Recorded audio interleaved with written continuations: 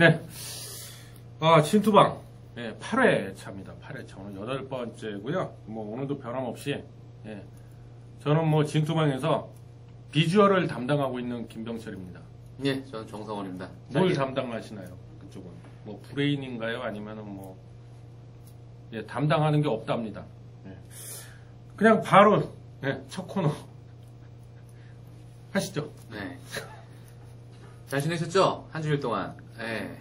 지난주에 제가 추천 종목을 못 드려서 조금 저도 많이 찾아봤는데, 예, 어지간한 종목들은 좀 안 드리려고 그래요. 그래서 제가 또 이번에도 못 드릴 뻔 하다가, 예, 준비를 했습니다. 예, 마지막 그 시간에 말씀을 드릴 거고요. 오늘은 철강 업종. 사실. 네. 철강. 네. 쇠. 그렇죠. 철강 업종에 대해서 준비를 했습니다. 그래서 철강. 예, 여러분들 좀 많이 사실 별로 비전 없어요. 철강 비전 없는데 말씀드렸잖아요. 그래도 철강을 사가면 쌀인데 알고는 있어야죠. 그래서 말씀을 드렸고요. 제가 철강 업종에 대해서 설명을 지금부터 드릴게요. 항상 말씀드렸지만 매출 구조는 뭐겠습니까? 많이 팔려야 되겠죠. 철이 많이 팔려면 조선업도 많이 잘 나가야 될 것 같고, 자동차도 많이 잘 나가야 될 것 같고, 가전도 많이 잘 나가야 되고, 건축도 많이 잘 나가야 되고, 이런 전방 사업들이 잘 나가야 되겠죠. 그렇죠. 건설, 인프라, 뭐 거의 모든 제조업의 기초 소재입니다. 원료가 있는데, 원료는 이제 철광석입니다. 철광석. 가장 많이 쓰는 게 철광석이죠. 근데 이게 전량 다 수입을 합니다. 저희가 100%. 그렇죠. 글로벌 탑3. 탑3가 세계 철광석의 시장 점유율을 70%를 유지를 해서 저희가 그 원료 부담이 있을 수밖에 없어요. 걔네한테 이끌려가지고 을이죠, 을. 그거가 이제 유연탄. 그 철광석의 최대 수입국은 호주죠, 호주. 그렇죠. 뭐 원자재 수출, 원자재 가장 많이. 호주가 호주에서 뭐 거의 전량을 수입하다시피. 그래서 뭐 당연히 이제 그게 이제 연단위에서 계약하는 게 연단위에서 분기 단위로 바뀌었습니다. 몇 년 전에. 그래서 점점 더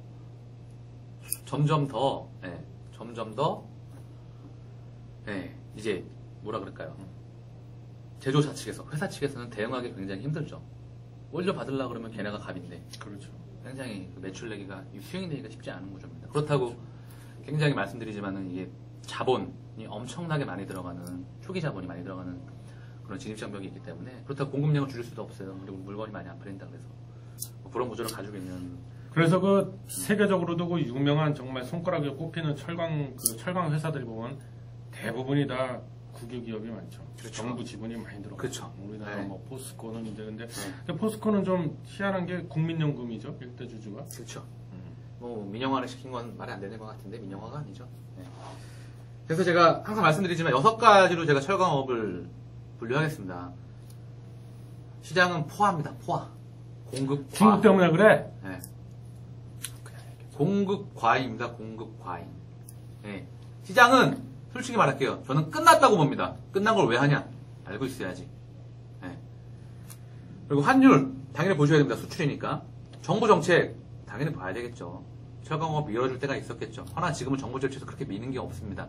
단지 중국과 덤핑, 반덤핑, 뭐 H형강 뭐 이런 거에서 뭐 그런 부분에서 제소하고. H형강이 뭔가요? 좀 말 나온 김에 좀 이따가 준비를 했으니까. 따로 준비했어요. 따로 준비했으니까. 같이 풀어가서. 봉형강 준비를 했으니까. 건축 자재, 지금 말씀드린 건축 자재의 소재입니다. 봉강, 형강, 볼트 너트도 만들고 건축 자재의 기본 소재로 많이 들어가는 거라고 그러죠. 그래서 뭐 보시면 이렇게 그 건설 현장 가보시면 이렇게 뼈대 세우는 거 있지 않습니까? 철골 구조 서주는 거 있지 않습니까? 근데 거기 이제 H자로 이렇게 보면 이렇게 돼 있어요. 노가다 뜯어보시면 노가다 뜯어지네. 그거를 아니 노가다가 중요한 게 아니라 그거를 이건 제가 좀 제안을 드리는 건데 그래야 우리 방송 퀄리티도 높이는 거니까 그게 그런 거를 좀 다음 시간부터 H형을 직접 좀 구해갖고 오셔갖고 그 좀 보여주시면서 하시면 좋잖아요. 죄송합니다. 죄송합니다. 여러분 이게 길 가다가 건물에서 이렇게 하나 뜯어갖고 여러분 이게 H형 지금 나 무시하는 거야? 당연히 정부 정책을 보셔야 됩니다. 그래서 보셔야 되는데 크게 철강업은 정부에서 밀 게 많이 없습니다. 지금은. 왜냐하면 공급이 과잉이라서 살아남기가 힘들어요. 그리고 이제 진입 장벽이 굉장히 크죠. 규모가 크다 보니까 아까 말씀을 드렸죠. 공급을 조절할 수가 없어요. 거기다가 기업 자체적으로 봐도 뭐 매출이 뭐 분야가 뭐 냉연강판, 판재, 봉용강재, 특수광으로 나뉘는데 그게 이 분야 자체가 여러분 저기 전 세계적으로 아프리카에 건물 많이 들어갈 수 있을까요? 남미에 몇 군데, 동남아시아, 아세안 그렇죠. 몇 군데밖에 안 남았습니다. 전 세계적으로. 그런데 외에는 이미 다 들어가 있어요. 전 세계 모든데 인프라가 다 꽉 차 있습니다. 지금 교체 수요밖에 없어요. 북한은 남아있죠. 북한도 빼내고 있네요. 북한 통일되면 그냥 뭐 노다지를 캐는 건데. 그렇죠. 왜냐 건설사들 다 알려줄 그렇죠. 통일되시면 좋아하시겠어요? 뭐 저한테는 개인적으로도 안 좋아하셨다고 말씀하시던 것 같아요. 제건지요. 어쨌든 그래서 꽉 차 있습니다. 그래서 성장 자체가 저는 이제 조금 힘들다고 보고요. 당연히 경기에 민감하겠죠. 민감할 수밖에 없는 업종이죠. 그럼요. 그래서 제가 이런 부분에 좀 정리를 좀 했는데 전통적으로 이제 성수 그러니까 2분기예요. 1분기는 비수기고. 그렇죠. 통상 상반기 철광시장은 보통 이제 1분기에는 이제 공사들을 잘 안 하니까. 그렇죠. 추우니까. 날 풀리고 그게 이제 노가다 뛰려면 풀려야 돼. 그러니까 그러면 그게 시멘트, 레미콘, 건설주랑 뭐 거의 비슷하다고 봐요. 그렇죠. 봄이 오면 이제 봄이 꽃피는 봄이 와야 따뜻한 봄이 와야 이제 봄, 여름 이때가 이제 피크고 가을부터 조금 시들해지다가 겨울 되면 좁다가 그렇죠. 그런 식으로 보면 될 것 같고요. 이제 그 2분기 성수기를 대비해서 1분기나 이제 겨울에는 추운 겨울에는요 재고 보충도 하고 원료 가격 상승으로 이제 연말부터 연초까지 그 반등이 시작돼가지고 1분기에는 이제 강세 국면이 지속되는데 그렇지 못할 때도 이제 있습니다. 그거는 이제 상황을 보시면서 가시면 될 것 같고요. 철강에 지금 제가 종류에 대해서 좀 말씀을 자꾸 짚고 넘어갈게요. 판재, 후판이라고 하죠. 그리고 냉형 강판, 열형 강판이 있습니다. 그러니까 후판이란 말이 뭐라고? 선박 배에 쓰는 거예요. 배. 그러니까 판재 중에서 가장 두꺼운 거라고 보시면 돼요. 그냥 일반적으로 통상 그냥 두께 그냥 6mm 이상의 두꺼운 강판을 의미한다고 보시면 돼요. 어렵게 생각하지 마세요. 한자니까 그냥 통상 6mm 두께 배 만들려면 얼마나 철판이 두꺼워야 되겠습니까? 그래서 후판이라고 보시면 되고요. 보통 판재에는 후판이 많이 들어가고요. 열형 강판은요, 이제 냉형 강판의 기초 소재입니다. 기초 소재예요. 냉형 강판의 기초 소재인데, 열형 강판은 식은 상태에서 더욱 단단하게 한번 아변도 한 게 냉형 강판. 그 아변 롤러를 한번 거치죠. 그렇죠. 아변이랑 또 말은 뭐 이렇게 뭔가 모양을 누른다고. 그러니까 뭔가 이렇게 모양을 만들어내는 거죠. 최종품을 만드는 거죠. 눌러가지고 최종품으로 만들어내는 과정입니다. 그러니까 어렵게 생각하지 마세요. 그러니까 아변이라고 하는 거는 뭔가 이렇게 최종 제품을 만들어가는 과정인 거고, 그걸 이제 하는 게 열형 강판을 가지고 이렇게 아변을 시켜서 만든 게 냉형 강판. 열형 강판은 이제 냉형 강판의 기초 소재입니다. 기초 소재. 열형 강판은 이제 고로나 전기로가 필요한데 냉형 강판은 고로나 전기로가 없어도 됩니다. 그 차이점을 알고 계셔야 될 것 같고요. 그리고 이제 특수강은 이제 뭐 스테인리스 강이나 구조용 특수강이나 이제 공구강이라는 거 있습니다. 근데 이제 스테인리스 특수강이라는 건 이제 부식에 방지되기 위해서 그런 특수 이제 목적으로 쓰이는 걸 이제 보통 특수강이라고 하는데 매출에서 비중은 미미합니다. 크지 않습니다. 말씀하신 대로 후판, 냉형 강판, 열형 강판이 가장 많이 철강 업종에서 비중을 많이 차지하고 있고요. 그리고 이제 또 하나가 이제 철강업을 크게 네 가지로 분류할 수가 있어요. 우리나라 철강회사를 네 가지로 분류할 수가 있는데, 첫 번째로는 이제 고로사 그룹, 고로사. 그러니까 용광로라 그러잖아요. 용광로라고 하는데, 뭐, 용광로 보셨는지 모르겠는데, 여러분. 별거 아니에요. 요거. 이게 용광로입니다, 여러분. 보이나?